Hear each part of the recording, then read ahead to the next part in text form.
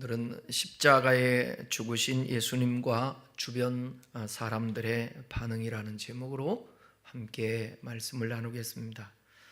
사도 바울은 고린도전서 15장 3절에서 성경대로 그리스도께서 우리를 죄를 위해 죽으시고 부활하셨다고 그렇게 고백을 합니다. 예수님은 하나님의 섭리와 계획대로 이 땅에 오셔서 죄인들을 위해 십자가를 지시고 나무에 달려 돌아가셨습니다.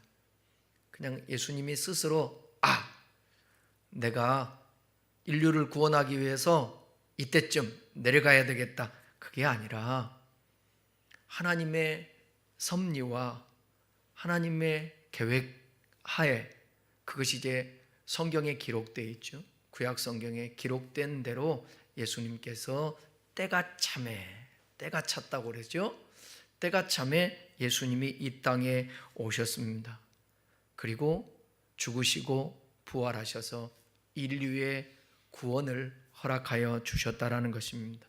오늘 함께 읽은 본문이 예수님의 죽으심의 클라이막스입니다. 요한복음에 의하면 예수님은 십자가에서 운명하시기 직전에 뭐라고 마지막 말씀하셨죠? 내가 다 이루었다라고 말씀합니다. 죽으심으로 하나님의 뜻을 이루신 것입니다. 하나님의 뜻이 뭐예요? 하나님의 뜻은 아들을 보고 믿는 자마다 영생을 얻는 것이다. 요한복음 6장에 그렇게 기록하고 있습니다. 그러니까 아버지의 뜻이 뭐냐? 아들로 인하여서, 예수님으로 인하여서 모든 사람들이 영생, 생명을 얻는 것입니다. 그것이 아버지의 뜻이죠. 그렇게 하려면 어떻게 되느냐? 그것은 하나님의 그 공의 때문에 죄의 문제를 해결하지 아니하면 구원을 얻을 수가 없지 않습니까? 그 죄의 싹은 사망이라 죄의 대가를 지불해야 된다고요. 그게 공의로우신, 그게 하나님의 속성이에요. 그래서 죄인들을 다 심판하고 죽게 내버려둘 수 없어서 하나님의 긍휼이 발동됨으로 인하여 우리 주 예수 그리스도 앞에, 그리스도께 하나님의 심판의 진노를 쏟아부은 것입니다. 그리고 그분으로 인하여서 누구든지 저를 보고 믿는 자마다 영생을 얻고 구원을 얻게 된 것입니다. 본문을 보시면 예수님이 이제 죽으시죠. 그리고 그 모습을 지켜보는 사람들은 각자의 방식으로 반응을 합니다. 이를 통해서 우리는 예수님의 죽으심의 의미와 우리의 올바른 반응에 대해서 한번 고민해 봤으면 좋겠습니다. 십자가에 달리신 예수님께서는 고통 중에도 자신을 모함한 유대인들과 옆에 같이 십자가형을 당하는 죄수의 영혼을 생각했습니다. 이분이 메시아인 거예요. 당신이 고통 받으면서도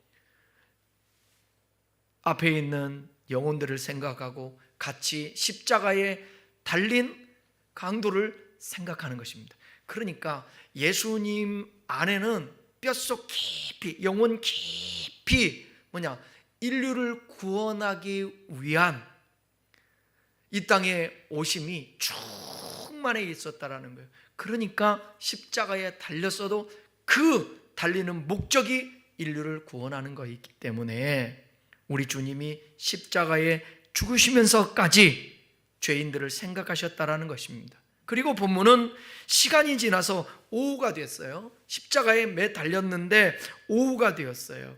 초자연적인 현상이 일어남을 이야기하고 있습니다. 십자가에 달려서 우리 예수님께서 이제 오후가 되고 이제 운명하시게 되는데, 이제 초자연적인 역사가 일어나는데 어떤 일인가? 44절 45절을 읽겠습니다. 때가 제6시쯤 되어 해가 빛을 잃고 온 땅에 어둠이 임하여 제9시까지 계속하며 성소의 휘장이 한가운데가 찢어지더라. 제6시, 지금의 정오쯤 되었을 때, 제6시는 12시입니다. 정오입니다. 어둠이 온 땅을 덮었습니다. 왜? 오후도 아니에요. 아침도 아니에요.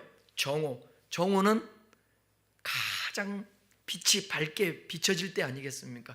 그때 그 시기에는 제6시에 어둠이 온 땅을 덮었습니다. 이건 초자연적인 현상이 나타난 것입니다. 이 사건을 마태복음에서는 좀 구체적으로 이 초자연적인 현상을 묘사하고 있는데, 마태복음 27장 51절 52절을 한번 읽어볼까요?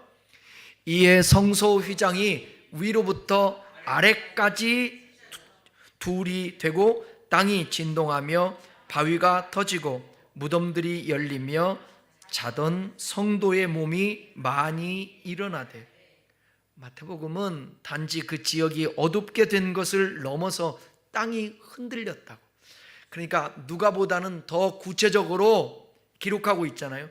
바위가 막 갈라집니다. 죽었던 성도들이 부활했다고 말하고 있습니다. 그러니까 예수님의 죽으심은 곧 얼마 있지 않으면 3일 만에 부활하게 되지 않습니까? 그러니까 미리 이 부활의 일들을 보여주는 것입니다. 예수님의 말씀이 거짓이 아니고 예수님 자신도 부활할 것을 말씀하기 위해서 이 초자연적인 역사를 보여준 것입니다.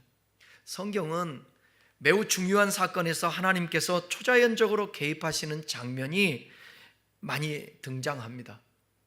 그리고 예수 그리스도의 죽으심은 성경에서 가장 중요한 대목입니다. 우리는 이 시점에 등장하는 초자연적인 이 현상이 곧 하나님의 개입하심이라는 뜻으로 우리는 해석해도 괜찮습니다. 하나님의 이런 개입하심은 누가복음은 성전의 휘장이 찢어졌다라는 것으로 드러납니다. 여러분, 성전 휘장이 찢어진 사건은 성전이 이제 더 이상 하나님과 그의 백성을 연결하는 중심적 역할을 하지 않는다라는 것입니다. 그러니까 예수님이 십자가에 죽으시면서 이런 말씀이 있죠.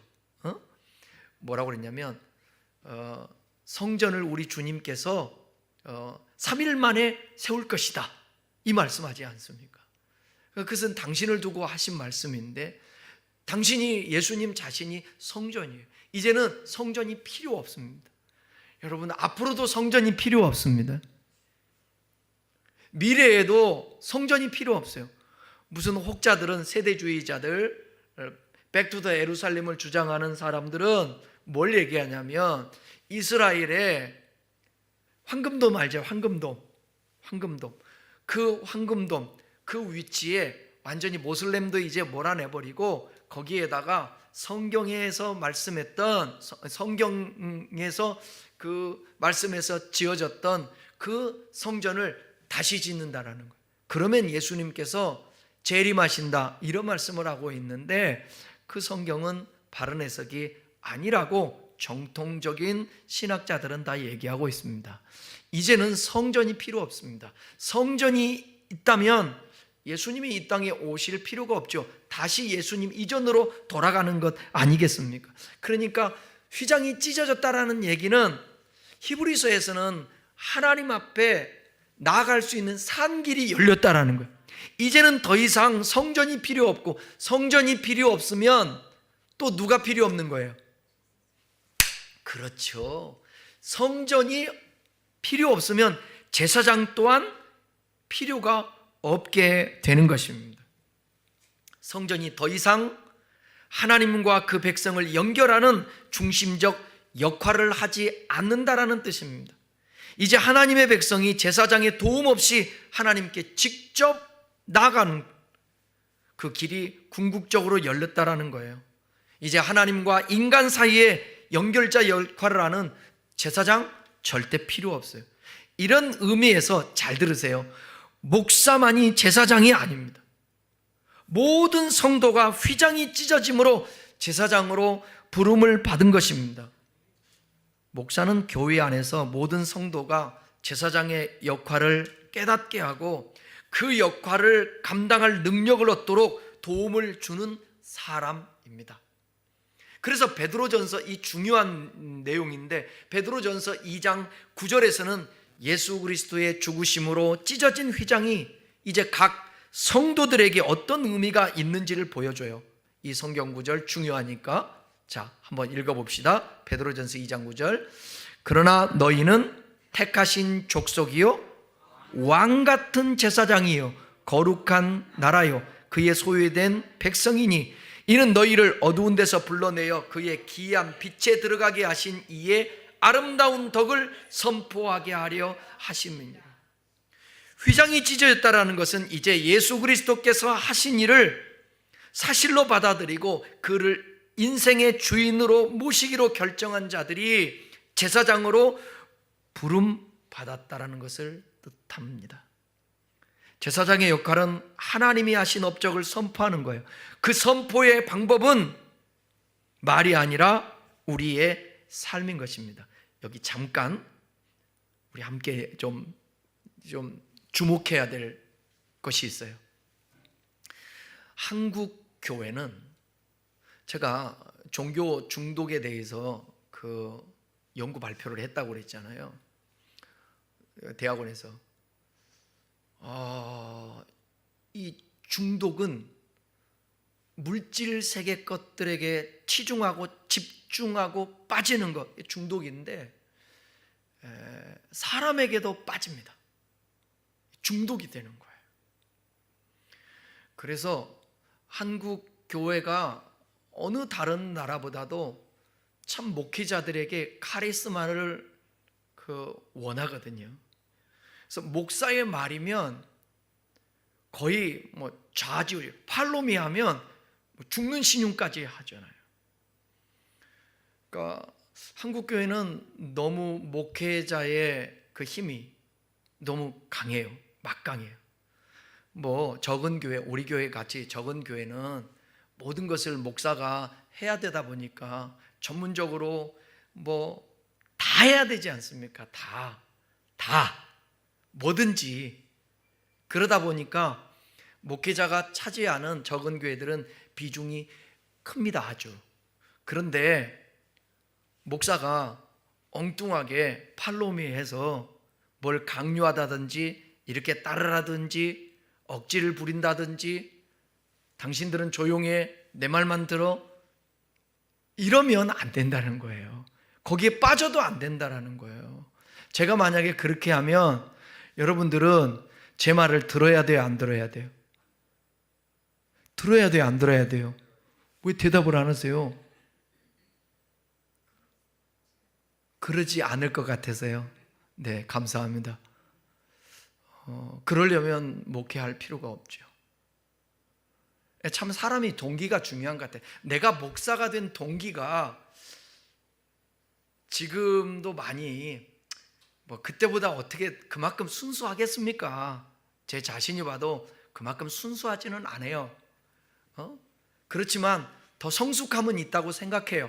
순수함을 또 없는 반면에 성숙함은 있다고 생각하는데 초심을 잃지 않으려고 부단히 애를 쓰고 몸부림을 치기는 합니다.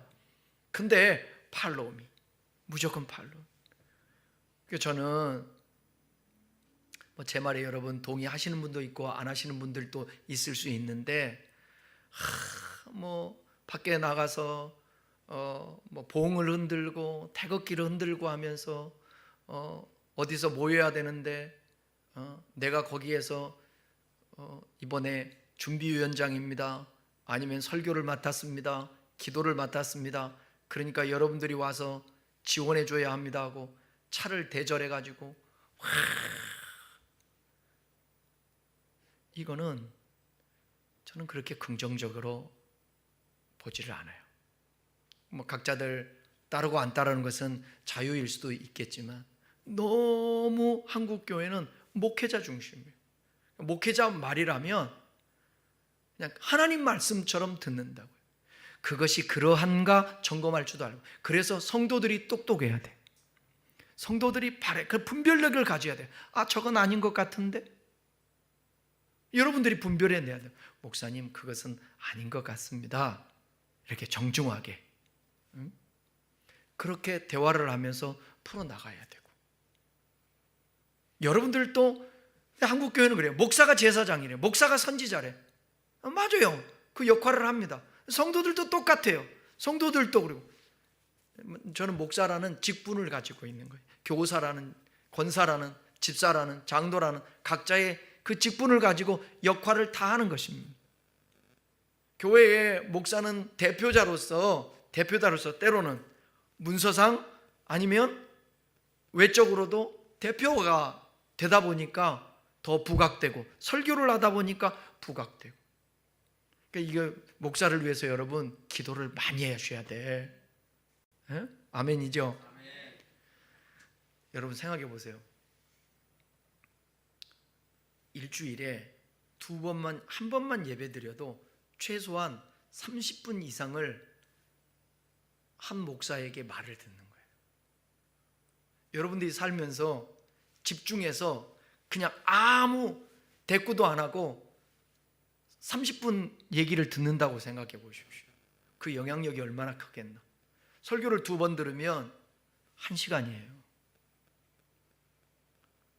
길 때는 2시간도 될 수도 있고, 오후 예배까지, 심야 기도회까지 있으면 4시간, 3시간도 될 수 있어요. 그 얘기를 그 사람에게 듣는다라는 것은 진짜 엄청난 여러분 영향력이 있는 거예요. 그러니까 목사가 선동할 수 있는 것입니다. 목회자를 위해서 기도해야 돼요. 하나님, 우리 목사님 엉뚱한 소리 하지 않게 해주십시오. 자기 말 하지 않게 해주십시오. 그렇게 기도를 해야 돼요. 막무가내 주장해서 따라오라 그러지 않게. 이제 여러분 누구를 통하여서 하나님 앞에 가는 것이 아니라 여러분 각자가 좀 연약하고 부족하고 모를 때는 도움을 청하고 기도를 부탁하고 하나님, 목사님 안내해 주세요, 집사님 안내해 주세요, 그럴 수는 있지만 목회자가 신격화되면 안 된다는 거예요. 아멘이죠? 목사가 죽으라 하면 죽고, 기다려 내가 어느 날인가 선포하면 그때 요긴하게 당신의 목숨을 바쳐, 이건 아닌 거죠. 이건 아니에요. 성도가 깨어나야 한국교회가 올바로 설 수 있고, 목회자들이 정신 차리고 바르게 하나님 말씀을 해석해서 지난 오늘이 수요일이니까 월요일 날 저하고 나이 같은 다른 교단의 목사님이 그 얘기를 하더라고. 뭔 얘기를 하다가 자기가 신학교 다닐 때, 대학원 다닐 때 교수님이 박형룡 박사인데 교수님이 첫 시간에 그 얘기를 하더래. 사도 바울은 진짜 온전한 사도인데 나는 상식적인 사도가 되겠다고 그렇게 얘기하며 첫 강의를 시작한. 무슨 얘기냐면 하나님의 사람, 하나님의 일을 하는 하나님의 종이 되려면 상식적이어야 된다는 거예요. 상식적이어야 된다는 거예요. 그게 100% 맞는 말은 아니지만 우리가 살아가는 삶의 현장에서 정말 상식적이지 않는 사람들이 너무 많습니다. 최소한도 그리스도인들이 상식에서 벗어나지 않게 말을 하고 행동을 하고 예의를 지키고 그런 상식이 통하고 상식적인 사람들이 돼야 돼요. 그리스도인들이 상식적인 사람만 된다고 해도 교회 안에 싸움이 없을 것이고, 시험 들었네 뭐 했네. 전에도 제가 말씀드렸죠. 얼마 전에. 요즘 제 주변에 교회에 시험 들어가지고 나가는 사람들이 너무 많아요. 시험 들어서. 근데 들어보면 한숨만 나와요. 한숨만 나와. 그러니까 힘내. 하나님이 그 마음 아니까 힘내고 갑시다. 그렇게 위로하고 마는데 상식적이지 않는 것 때문에 시험 드는 사람들이 너무너무 많은 거예요. 휘장이 찢어졌다라는 얘기는 우리 모두 다가 예수님으로 말미암아서 죄 사함 받고 하나님 앞에 나갈 수 있는 담력을 얻은 줄 믿습니다. 시간이 지나 예수님께서는 마지막 말을 남기시고 이제 운명하십니다. 46절 읽어보겠습니다.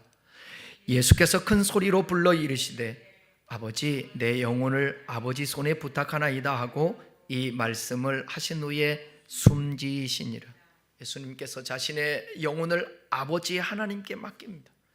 이것은 예수 그리스도의 부활을 향한 요청이기도 하면서 동시에 억울하게 죽어가는 의인의 전형을 보여주는 장면이기도 합니다. 여러분, 저와 여러분도 살아가면서, 아니 지금까지 수많은 사람들이 이 오고 가는 세대 속에서 이 세상에 태어나서 죽어간 사람들도 있는데 그 죽음이 억울하게 죽어간 사람들도 수도 없이 많습니다. 우리나라가 민주화가 되면서 누명을 쓰고 죽은 사람이 얼마나 많습니까? 조선시대에도 여러분 그냥 모함해서 아무런 잘못도 없는데 죽은 사람들이 얼마나 많아요. 인간의 욕망을 추구하기 위해서 전쟁을 일으키는데 거기에 백성들이 징집되어서 그냥 나가서 총알바지 되어서 억울하게 죽은 사람들이 얼마나 많냐 이거예요. 그런데 그 억울한 죽음들이 하나님 손에 우리의 영혼, 우리의 이 죽음을 하나님 손에 의탁해버리면 그분이 책임져 주는 거예요. 잠깐이 아니라 영원한 것에 있어서. 저도 죽음에 대해서 두렵지 않다라고 말할 수 없지만 우리 한국 사람들은 유난히 죽음이 두려워합니다. 미국 사람들 같은 경우는 예를 들어서 암 같은 거 이게 걸리면 감기처럼 생각하고 그냥 받아들이는 게 있거든요. 그 왜 그러냐면 오래된 기독교적인 어떤 문화 사고가 있기 때문에 그래요. 육체는 유한한 거예요. 언젠가는 이거 다 벗고 떠나가게 되는 거예요. 우리 앞서간 사람들이 있지만 울고불고 다 그렇게 했지만 먼저 떠나고 다 잊혀지고 저와 여러분도 언젠가는 잊혀지는 거예요. 그러니까 사는 날 동안 바르게 살고 행복하게 살고 그냥 염려 가불해서 무서운 거 두려운 거 가불해서 살지 말고 그냥 오늘 괜찮으면 오늘 할렐루야 감사하며 사는 거예요. 먼 날이 있다라는 것은 되게 중요해요. 왜냐하면 우리 교회도 지금 모든 게 집중이 뭘로 돼 있어요? 임직식으로 돼 있어요. 저도 모든 게 뭐에 집중돼 있어요? 임직식. 임직 받으신 분들을 전혀 개의치 않지 아무 상관없어요? 옛날이나 똑같아요? 아니잖아요. 이번 주일날 어떻게 하면 예쁘게 보일까 한복이라도 하고 아이고 참 이렇게 귀한 직분 받는데 두렵고 떨림으로 잘 받아야 되고 해야 될 텐데 그런 마음들이 있고 어쨌든 그날 되기까지 감기도 걸리지 말아야지 그잖아요. 저 얼마나 조심하는데요. 감기도 안 걸리려고. 그날 감기 걸려가지고 목소리도 잘 안 나오고 사위 보려면 어떻게 해 그러면. 그러니까 집중하는 거예요. 그러니까 우리가 뭔가에 집중하다 보게 되면 다른 걸 잊어버리게 되잖아요. 그러니까 믿음의 주여 온전케 하시는 예수 그리스도를 바라보자. 이게 주님 바라보고 가다 보면 종착역이 오게 되는 것이죠. 예수님의 그 죽으심이 고통이 있었지만 주님 앞에 다 하나님 앞에 부탁하는 것이다. 아버지 손에 부탁하나이다. 다 같이 따라합시다. 아버지 손에 부탁하나이다. 아버지 손에 부탁하나이다. 저와 여러분도 아버지 손에 부탁해야죠. 어떻게 모든 것 다 아버지 손에 부탁해. 우리의 가족들도 아버지 손에 부탁하고 우리의 부모님들도 아버지 손에 부탁하고 내 영혼도 아버지 손에 부탁하는. 본문에서 예수님께서 죽으시는 모습을 통해서 반응하는 사람들이 여럿 나오는데 한번 살펴볼까요? 첫 번째로 기록된 사람은 예수님의 십자가 형별을 집행한 로마의 백부장입니다. 자, 47절 읽어볼까요? 백부장이 그 된 일을 보고 하나님께 영광을 돌려 이르되 이 사람은 정녕 의인이었도다 하고. 백부장은 십자가 형벌을 집행하는 로마군 장교입니다. 그는 예수 그리스도의 십자가 형벌을 집행했고 가장 가까이에서 예수님께서 어떻게 죽으시는지 지켜봤습니다. 모든 과정을 지켜보고 그가 내린 결론이 뭐냐? 예수께서 죄가 없으신 의로운 사람이었다라는 것입니다. 그리고 누가복음은 기록하고 있지 않지만 마태와 마가복음에서는 백부장은 한 가지 고백을 더해요. 자, 마태복음, 마가복음이라고 나와 있네요. 마태복음 27장 54절 한번 보겠습니다. 백부장과 및 함께 예수를 지키던 자들이 지진과 그 일어난 일들을 보고 심히 두려워하여 이르되 이는 진실로 하나님의 아들이었도다 하더라. 백부장은 예수님이 하나님의 아들이라고 고백합니다. 그의 고백은 초자연적인 현상이 나타나는 것에 대한 두려움과 끝까지 의로운 모습을 보이신 예수님을 향한 경외의 표현이었어요. 우리는 로마 병사들이 예수님을 어떻게 조롱했는지를 알잖아요. 그들은 예수님께 가시면류관을 씌웠습니다. 예수님의 뺨도 때렸습니다. 십자가에서 내려와봐, 네가 하나님의 아들이면, 조롱까지 했습니다. 그러나 예수님께서 십자가에서 죽으실 때 그들의 고백은 예수님이 의로운 자였다고, 하나님의 아들이었다고 고백하는 거예요. 단지 이들만이 예수님에 대한 태도가 변한 게 아니라 구경하던 백성들도 변화가 있었습니다. 48절 읽어보겠습니다. 이를 구경하러 모인 무리도 그 된 일을 보고 다 가슴을 치고 돌아가고, 예루살렘의 많은 사람들이 예수님의 죽음을 구경하러 몰려들었습니다. 그러나 그들이 돌아갈 때는 가슴을 치면서 비통해했습니다. 그들 민족에 희망을 준 한 의로운 선지자의 죽음에 대한 비통이고, 의인을 자신의 권력을 위해 죽인 유대 지도자들을 향한 분노일 수도 있었습니다.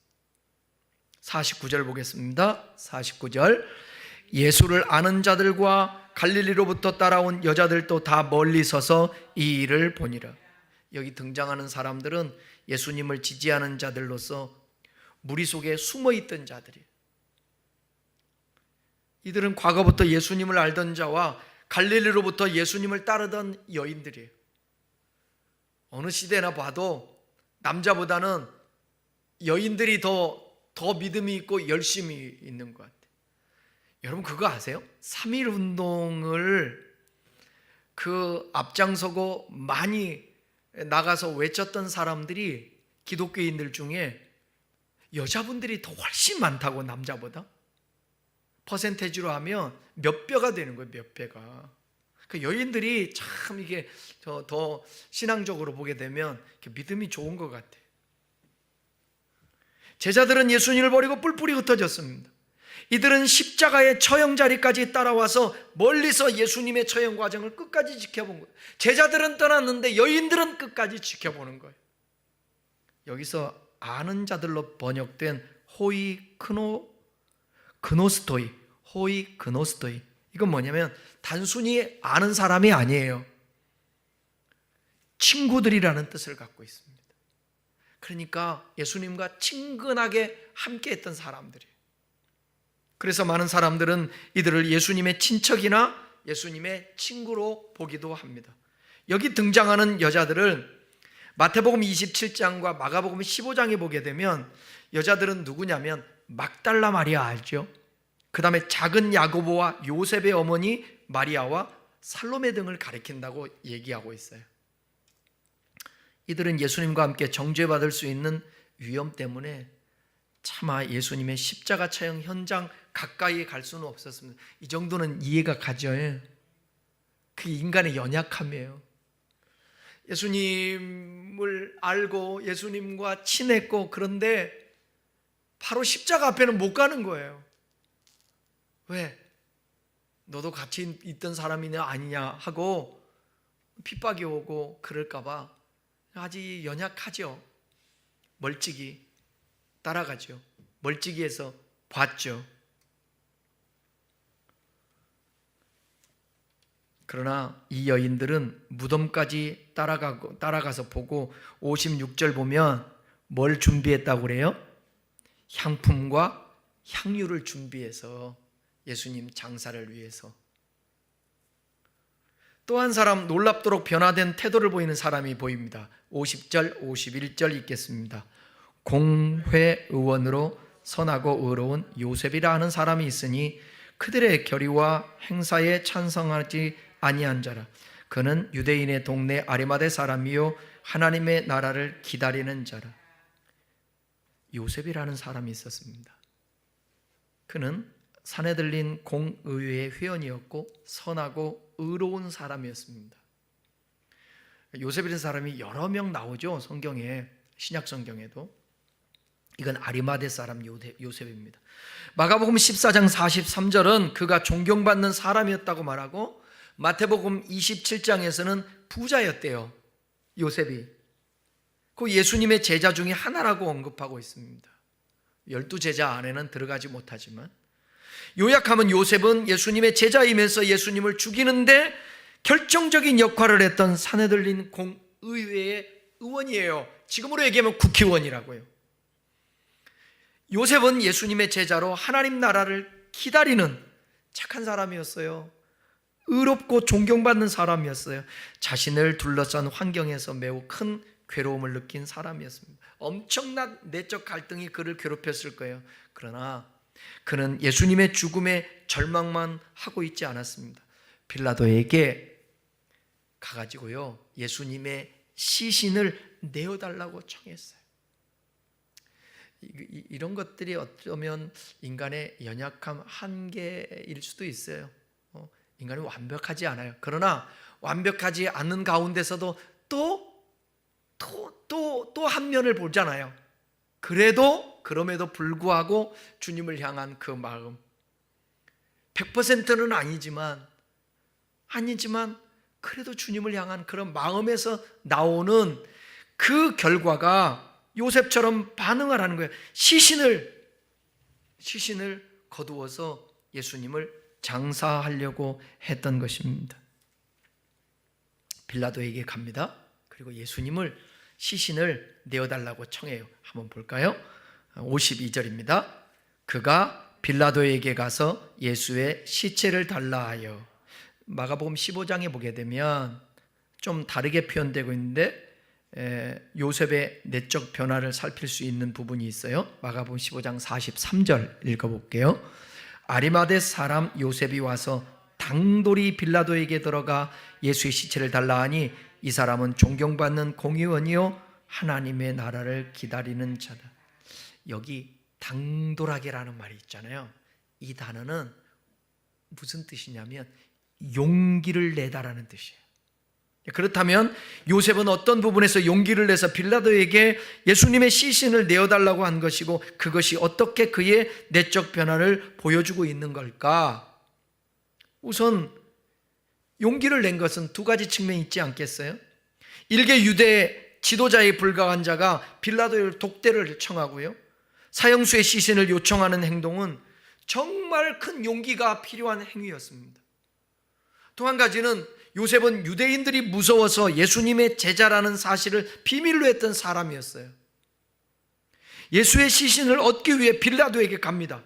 요한복음 19장 38절에서는 정확하게 기록하고 있는데 한번 볼까요? 요한복음 19장 38절. 아리마대 사람 요셉은 예수의 제자이나 유대인이 두려워 그것을 숨기더니 2일 후에 빌라도에게 예수의 시체를 가져가기를 구하며 빌라도가 허락하는지라 이에 가서 예수의 시체를 가져가니라. 사내들린 공의회에 속해 있음에도 예수님의 제자였던 요셉은 그 사실이 밝혀지는 것이 두려웠습니다. 그래서 그 사실을 숨겼어요. 그러나 예수님의 죽음을 지켜본 요셉의 마음이 편하게 되었어요. 용기를 냈습니다. 빌라도를 찾아갔습니다. 자신이 예수의 제자라는 것을 밝혀질 수도 있음에도 예수님을 따르던 사람들을 데리고 예수님의 시신을 십자가에서 내려서 무덤에 안치시켰습니다. 55절 볼까요? 갈릴리에서 예수와 함께 온 여자들이 뒤를 따라 그 무덤과 그 시체를 어떻게 두었는지 보고. 이 장면은 말도 안 되는 장면입니다. 원래 십자가 형벌을 당하는 사람은 그 시체를 죽더라도 바로 치울 수가 없어요. 여러 날 방치를 해둬요. 십자가 형벌이 반역죄를 저지른 사람이 당하는 것이기 때문에 바로 내리고 장사하지 않아요.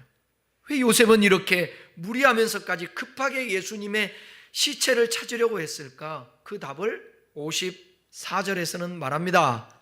이 날은 준비일이요 안식일이 거의 되었더라. 다음 날이 안식일이기 때문에 요셉은 해가 지기까지 예수님의 시체를 내려야만 했습니다. 안식일에는 그렇게 일할 수 없으니까.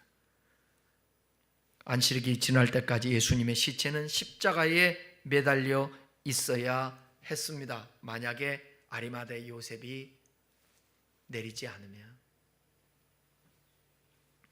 예수님의 시신을 수습하기를 선택했습니다. 이는 그의 심정이 변했음을 드러냅니다. 인간은 어떤 상황에서도 최후까지 잃어버리지 말아야 될 것은, 제가 지금 몇 주에 걸쳐서 말씀드릴 때 여러분 지식이 매우 중요하잖아요. 지식이 있어야 그 기준을 가질 수 있으니까. 근데 지식이 부족하고 많은 것을 알지 못할 때는 뭐가 매우 중요하다고 그랬죠? 양심이 중요하다. 여러분 기도해야 돼요. 하나님, 우리가 선한 양심을 갖게 해주십시오. 양심만큼은 살아있게 해주십시오. 양심이 살아있어야 됩니다. 양심이 죽으면 안 돼요. 근데 지금 예수님 앞에 가까이 가서 울고불고 하면서 예수님을 붙잡지 못했지만 십자가에 매달려 죽으시고 다 이루었다라는 그 소리를 듣고 그 다음에 저분이 진짜 메시아다, 하늘의 빛을 잃고 죽은 자들이 부활하는 일들을 보면서 저분은 진짜 하나님이다. 그러니까 이 양심이 가만히 있을 수가 없는 거예요. 양심이 살아있었던 것입니다. 그러니까 저와 여러분도 다 알 수도 없고 우리가 연약한 존재지만 양심이 소리칠 때 그 양심의 소리를 들어야 돼요. 양심이 있는 사람은 약한 사람을 가해하지 않습니다. 양심이 있는 사람은 내가 손해봐도 다른 사람을 유익하게 만들게 되어 있습니다. 양심이 살아있으면 거짓말을 못합니다. 양심이 살아있으면, 여러분 이제 예를 든다면 저 같은 경우는 양심이 뭐냐면, 어제 교회에 박스 같은 거 이제 많이 나와서 집에 재활용하는데 박스를 이제 버리려고 제가 차에다 싣고, 박스가 큰 것들이 여기 있던 것들도 있어서. 어제 날씨 추웠어요? 안 추웠어요? 오늘도 춥지만 어제 되게 춥더라고요, 저녁에. 그래서 차에서 다 꺼내서 던졌어요. 던졌는데 양심이 가려고 그러는데 뒤에서 잡아다니는 거예요. 왜 잡아다녔을까요? 네, 우리 집사람은 잘 안 해. 제가 항상 얘기하거든요, 우리 가족들한테. 테이프 띄어서 버려라. 근데 버렸는데 2주 만에 했잖아요. 이제 설날이 끼어갖고 산더미처럼 많이들 갖다 버리고 그러는데, 던졌는데 박스 테이프가 많이 붙어 있는 거예요. 가려더니 뒤통수를 잡아다녀. 그래서 손 내면서 안 닿는데도 잡아가지고 그 박스 테이프 다 또 띄어가지고, 그래서 버리고 밟아서 그리고 왔어요. 뭐 때문에? 그거 누가 뭐라고 그래요? 그게 관리 아저씨들이 뭐라고 그러겠습니까? 아니면 그거 버려도요 아무 상관이 없어요. 그런데 규칙이 그러니까 조금이라도 할 수 있으면 돼. 양심이 뭔가가 움직이면 양심 따라 해야지. 양심 따라. 양심을 무시해버리면 어떤 일이 벌어질까요? 양심을 무시하면 마음이 무디집니다. 그리고 강팍해집니다. 그리고 악을 행하기에 담대해집니다. 그렇게 되는 거예요. 그러니까 적은 것에서부터도 우리가 우리 양심의 소리를 치면 그거 해결해야 돼요. 하나님 앞에 기도하면서 양심만큼 살아 있어야지. 하나님 말씀 마치도록 하겠습니다. 대부분의 사람들은 예수 그리스도의 죽음에 큰 의미를 부여하지 않았습니다, 당시. 그러나 예수님의 십자가 앞에서 다르게 반응한 사람들, 우리 지금 함께 말씀을 나눴는데, 예수님과 같이 십자가형을 받은 한 죄수는 예수님을 메시아로 인정하고 받아들이고 구원받았습니다. 본문 속에서 백부장은 십자가를 실제적으로 집행하는 사람이었지만 예수님께서 하나님의 아들이라고 고백합니다. 여인들은 예수님께 향품과 향유를 준비합니다. 요셉은 예수님의 제자로 알려지는 것이 두려웠지만 예수님의 시체를 무덤에 안치하기 위해 용기를 냈습니다. 각자 자리에서 그들은 예수님의 죽으심에 반응을 했습니다. 그리고 행동을 했습니다. 그렇다면 우리가 2000년 전 예수님께서 십자가에 못 박히실 때 그곳에 우리가 있었다면 우리는 어떤 사람이었을까? 어떻게 반응하였을까? 자기를 사랑하는 것과 욕망을 내려놓지 않으면 우리 또한 부정적인 반응을 할 수밖에 없습니다. 여러분, 돈과 권력과 명예를 초월하지 않고 죽음을 초월하지 않으면 우리도 다르지 않습니다. 그래서 우리 주님을 알고 사랑해야 합니다. 사랑하면 뭐든지 할 수 있습니다. 사랑하면 배반하지 않습니다. 사랑하면 희생할 수 있고 고난도 감수할 수 있습니다. 그래서 우리는 은혜를 구해야 됩니다. 성령 충만함을 구해야 됩니다. 그래서 주님, 나는 연약해서 할 수 없사오니 내 살아있는 양심 가지고 올바로 살기를 원하고 하나님 말씀대로 살기를 원하는데 주님, 저에게 능력을 주셔서 늘 옳은 선택을 하고 옳은 반응을 하면서 살아갈 수 있도록 인도하여 주십시오. 이렇게 고백하며 나아가는 저와 여러분 될 수 있기를 주님의 이름으로 축원합니다. 기도하겠습니다.